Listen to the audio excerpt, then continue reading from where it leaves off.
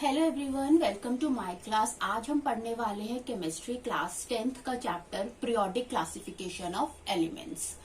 ठीक है, तो ये हमारे जो केमिस्ट्री पोर्शन है, क्लास 10th का, उसका ये लास्ट चैप्टर है, that is periodic classification of elements. तो आइए इसे स्टार्ट करते हैं। Periodic classification of elements. आज तक के जो हमें एलिमेंट्स जो नोन है, वो कितने एलिमेंट्स हमें आज तक नोन है? 115 एलिमेंट्स ऐसे हैं जिन्हें हम आज तक जानते हैं। ठीक है, अब इतने सारे एलिमेंट्स को अलग अलग सेपरेटली स्टडी करना हमारे लिए बहुत मुश्किल है कि हम एक एक एलिमेंट्स को उठाएं और उनकी स्टडी करें। इसीलिए हमने क्या किया, ताकि हमारी स्टडी इजी हो सके, इसलिए हमने क्लासिफिकेशन मेथड को यूज किया। यानी उन एलिमेंट्स को जिनकी एक जैसी प्रॉपर्टीज थी, जिनकी सिमिलर प्रॉपर्टीज थी, उनको एक ग्रुप्स में क्या कर दिया? क्लासिफाई कर दिया। ठीक है, तो पीरियोडिक क्लासिफिकेशन ऑफ एलिमेंट्स का क्या मतलब होता है कि एलिमेंट्स को according to their similar properties, जिन जिन एलिमेंट्स की सिमिलर प्रॉपर्टीज हैं, उनके क्या कर दिए गए? उनको क्लासिफाई कर कर एक सेपरेट ग्रुप्स बना दिए गए, ताकि हमारी स्टडी क्या हो सके? इजी हो सके। तो ऐसा करने से क्या हुआ कि अब हमें सेपरेटली एक एक एलिमेंट को पढ़ना नहीं पड़ेगा, हम सीधा सीधा क्या करेंगे? उन ग्रुप्स को स्टडी करेंगे। क्यों? क्योंकि उन ग्रुप्स में जितने भी एलिमेंट्स हैं, उनकी प्रॉपर्टीज क्या है? सिमिलर है। तो ये टाइम रिड्यूसिंग भी था। ठीक है, तो इसी को कहते हैं पीरियोडिक क्लासिफिकेशन ऑफ एलिमेंट्स, की एलिमेंट्स को सिमिलर प्रॉपर्टीज के अकॉर्डिंग क्या कर देना? क्लासिफाई कर देना। सिमिलर प्रॉपर्टीज के अकॉर्डिंग क्लासिफाई कर देना ग्रुप्स में। ठीक है, इसको हम क्या कहते हैं? Periodic classification of elements. अब टाइम टू टाइम हमने अपनी क्लासिफिकेशन को क्या करते गए? हम मॉडिफाई करते गए। तो सबसे पहले अर्लियर अटेम्प्ट पढ़ेंगे। तो हमारे जो पहले साइंटिस्ट आए, जिन्होंने सबसे पहली बार इन एलिमेंट्स को क्लासिफाई करने का अटेम्प्ट किया, तो 29 में जो साइंटिस्ट आए, ये एक जर्मन केमिस्ट थे जिनका नाम था डॉबिनर्स। इन्होंने पहला अटेम्प्ट किया एलिमेंट्स को क्लासिफाई करने का। अब इन्होंने कैसे एलिमेंट्स को क्लासिफाई किया? इन्होंने क्या करा कि इन्होंने तीन तीन एलिमेंट्स के ग्रुप बनाए, और इन्होंने इस ग्रुप को क्या कहा? फैमिली कहा, या इनके ग्रुप्स को हम ट्राइड्स भी कहते हैं। अब इन्होंने अपने एलिमेंट्स को इस तरीके से अरेंज किया कि उनके इंक्रीजिंग एटॉमिक मास थे। ठीक है, तो उनके एटॉमिक मास कैसे थे? इंक्रीजिंग एटॉमिक मास में, इसी ऑर्डर में उन्होंने अरेंज किया। इन्होंने क्या करा? इन्होंने 3 एलिमेंट्स उठाए, और वो 3 एलिमेंट्स ऐसे थे जिनका क्या था? इंक्रीजिंग एटॉमिक मास था, और उन्होंने इन 3 एलिमेंट्स का एक ग्रुप बना दिया। और इस ग्रुप को उन्होंने या तो फैमिली कहा गया, और बाद में जाके उसको क्या बोला गया? डॉबिनर ट्रायड बोला गया, क्योंकि वो 3 एलिमेंट्स का ग्रुप था। और जब उन्होंने उनको इंक्रीजिंग एटॉमिक मास में अरेंज किया, तो उन तीनों की केमिकल प्रॉपर्टीज भी क्या आ रही थी? सिमिलर आ रही थी, सिमिलर केमिकल प्रॉपर्टीज थी। प्लस जो पहला और जो आखिरी का जो एलिमेंट था, उनके एटॉमिक मास का अगर हम अरिथमेटिक मीन निकालेंगे, तो वो मिडल वाला जो एलिमेंट था उसके बराबर था, या तो उतना एग्जैक्टली उतना ही था, या उसके बराबर था। तो इस क्लासिफिकेशन को कहा गया डॉबिनर ट्रायड। ठीक है, अब डॉबिनर ट्रायड की इस क्लासिफिकेशन को हम एक एग्जाम्पल के साथ स्टडी करते हैं। ओके, तो हम डॉबिनर ट्रायड को एक एग्जाम्पल के साथ स्टडी करते हैं। अब डॉबिनर ट्रायड, जो जर्मन केमिस्ट थे, उन्होंने क्या किया था? उन्होंने 3 एलिमेंट्स को उठाया था, और वो ऐसे एलिमेंट्स हैं जिनका इंक्रीजिंग एटॉमिक मास था, और इन एलिमेंट्स का उन्होंने एक ग्रुप बना दिया, और इस ग्रुप को या तो फैमिली बोला गया या फिर ट्रायड बोला गया। तो उनके पहले ग्रुप के जो 3 एलिमेंट्स थे, वो थे lithium, sodium and potassium. Lithium का सिंबल Li होता है, सोडियम का Na एंड पोटेशियम का K होता है। अब आप देख रहे हो कि इन तीनों ही एलिमेंट्स के एटॉमिक मास क्या है? इंक्रीजिंग ऑर्डर में है।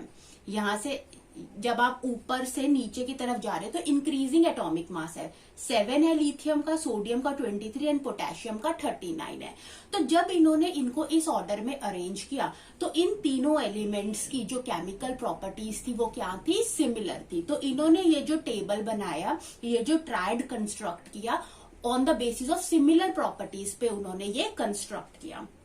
अब इनकी एक चीज और थी कि इन तीनों की प्रॉपर्टीज तो सेम थी, प्लस इधर एक इंपॉर्टेंट पॉइंट था कि इन्होंने कहा कि जो पहला एलिमेंट है उसका एटॉमिक मास और जो लास्ट का एलिमेंट है उसका एटॉमिक मास, अगर हम इन दोनों का अरिथमेटिक मीन निकाले, यानी कि अगर हम 7 + 39 करें, ठीक है, अरिथमेटिक मीन कैसे निकलता है, दोनों को हम सम कर देंगे एंड डिवाइडेड बाय 2 कर देंगे, ठीक है। तो जब आप इसका अरिथमेटिक मीन निकालोगे तो ये कितना आएगा, 46 डिवाइडेड बाय 2 23 आ जाएगा, ठीक है। तो इन्होंने कहा कि अगर आप पहले एलिमेंट का और लास्ट के एलिमेंट का अरिथमेटिक मीन निकालोगे तो वो जो मिडल एलिमेंट होगा वो उसके एटॉमिक मास के इक्वल होगा या उसके नियर अबाउट अप्रोक्सीमेटली इक्वल होगा। तो आप देख सकते हैं कि अगर हमने लिथियम और पोटेशियम का अरिथमेटिक मीन निकाला तो वो क्या आया, 23 आया, जो कि किसके बराबर था, सोडियम के बराबर था।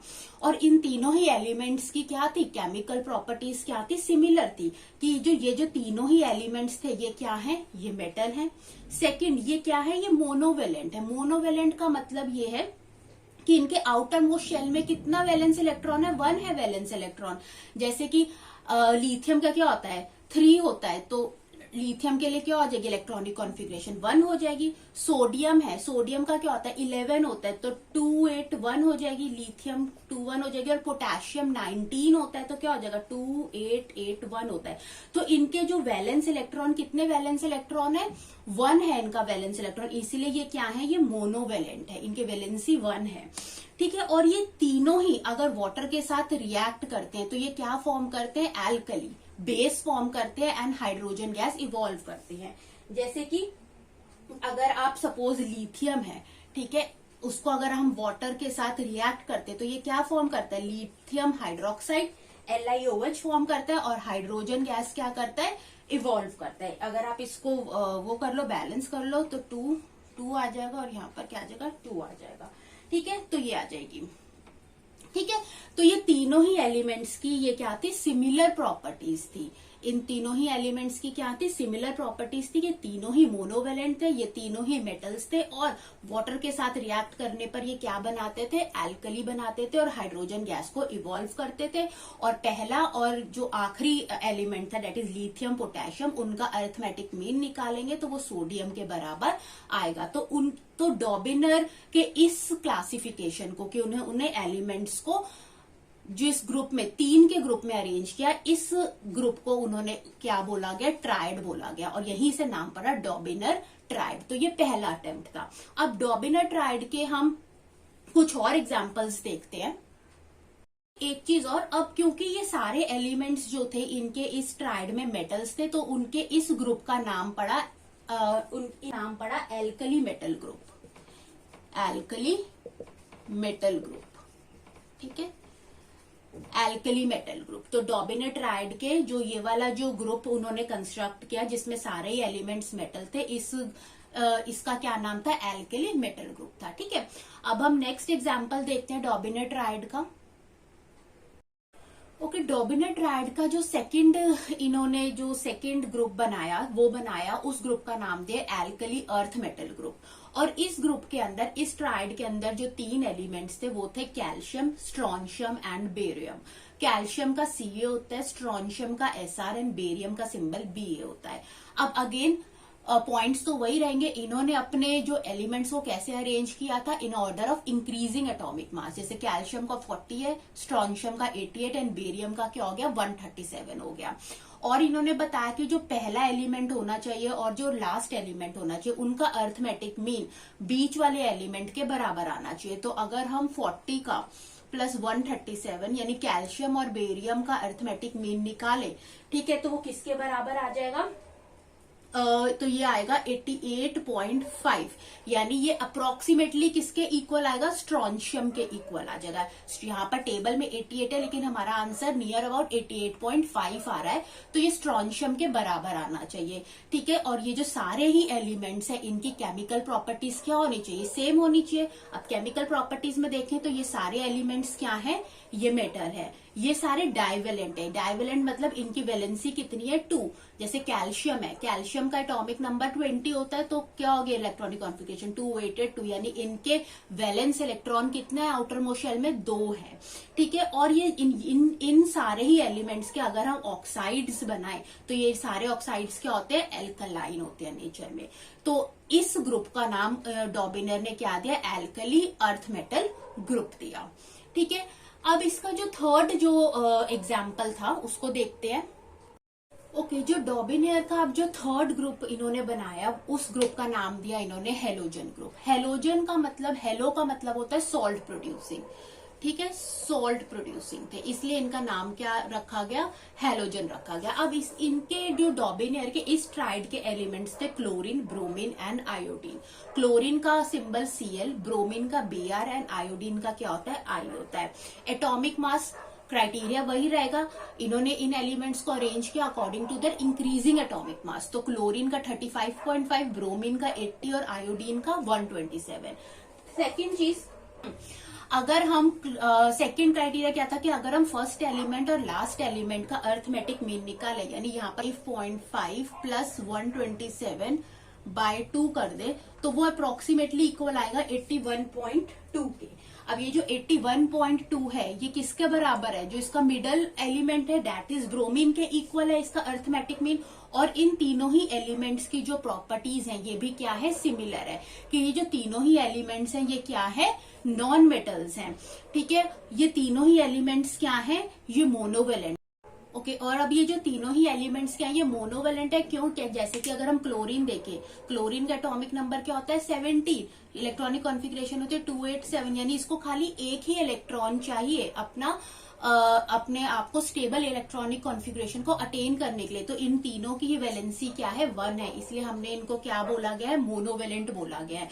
और ये तीनों ही हमने बोला कि ये नॉन मेटल्स होते हैं। ठीक है, और अगर इन तीनों एलिमेंट्स को, यानी ये तीनों नॉन मेटल्स हैं, अगर ये मेटल्स के साथ रिएक्ट करते हैं, यानी अगर हमारा नॉन मेटल के साथ रिएक्ट करता है तो वो क्या बनाता है, सॉल्ट बनाता है। तो ये सॉल्ट प्रोड्यूसिंग होते हैं, इसीलिए इनका नाम हेलोजन ग्रुप रखा गया। क्यों, क्योंकि हेलो का मतलब क्या होता है, सॉल्ट होता है, इसलिए इस ट्राइड का नाम क्या रखा, हेलोजन ग्रुप रखा गया। और ये तीनों ही एलिमेंट्स वाटर के साथ रिएक्ट करके क्या फॉर्म करते हैं, एसिड फॉर्म करते हैं। जैसे आप क्लोरीन है उसको वाटरीन का रिएक्शन वाटर के साथ करोगे तो ये मिक्सचर फॉर्म करता है HCl का, हाइड्रोक्लोरिक एसिड का एंड हाइपोक्लोरस एसिड का, ये मिक्सचर फॉर्म करता है। ठीक है, तो एसिड बनाते हैं ये वाटर के साथ रिएक्ट करने पर। कौन कौन से जैसे कि एग्जाम्पल देख लो, जैसे मैं यहाँ क्लोरीन का एग्जाम्पल दे रही हूँ कि अगर हम क्लोरीन को वाटर के साथ रिएक्ट करते हैं तो ये क्या फॉर्म करता है, मिक्सचर फॉर्म करता है HCl का, hydrochloric acid plus hypochlorous acid HOCl, इसको हम क्या कहते हैं, हाइपोक्लोरस एसिड कहते हैं, हाइपोक्लोरस एसिड। ठीक है, ये फॉर्म करते हैं। ठीक है, तो ये थे डॉबिनियर के 3 एग्जाम्पल्स थे कि इन्होंने एलिमेंट्स लिए और उनको 3-3 के ग्रुप्स में उन्होंने अरेंज किया। ठीक है, और जिसमें उनका पहला ग्रुप था एल्कली मेटल ग्रुप था, थर्ड जो ग्रुप था, सेकंड ग्रुप था वो एल्कली अर्थ मेटल्स था, और जो थर्ड ग्रुप था वो था हेलोजन ग्रुप था। लेकिन ये जो डॉबिनियर ट्राइड थे ये फेल हो गए थे, इसको ज्यादा सक्सेस, इस अटेम्प्ट को ज्यादा सक्सेस नहीं मिली थी। क्यों, क्योंकि इसकी लिमिटेशन थी। इस लिमिटेशंस ये थी कि ये जो इन्होंने क्लासिफिकेशन करी, इन्होंने 3 ही ट्राइड्स बनाए, हेलोजन ग्रुप बनाया, एल्कली मेटल ग्रुप बनाया और एल्कली अर्थ मेटल बनाया। ये सारे एलिमेंट्स को इन ट्राइड्स में नहीं डाल पाए थे, इसलिए इनके इस अटेम्प्ट को ज्यादा सक्सेस नहीं मिली थी और ये अटेम्प्ट क्या हो गया था, फेल हो गया था। तो ये सारी बातें थी डॉबिनियर ट्राइड के बारे में। ठीक है, तो अगर आपको अच्छा लगा ये वीडियो तो आप इसे जरूर लाइक करें एंड सब्सक्राइब करें। Thanks for watching.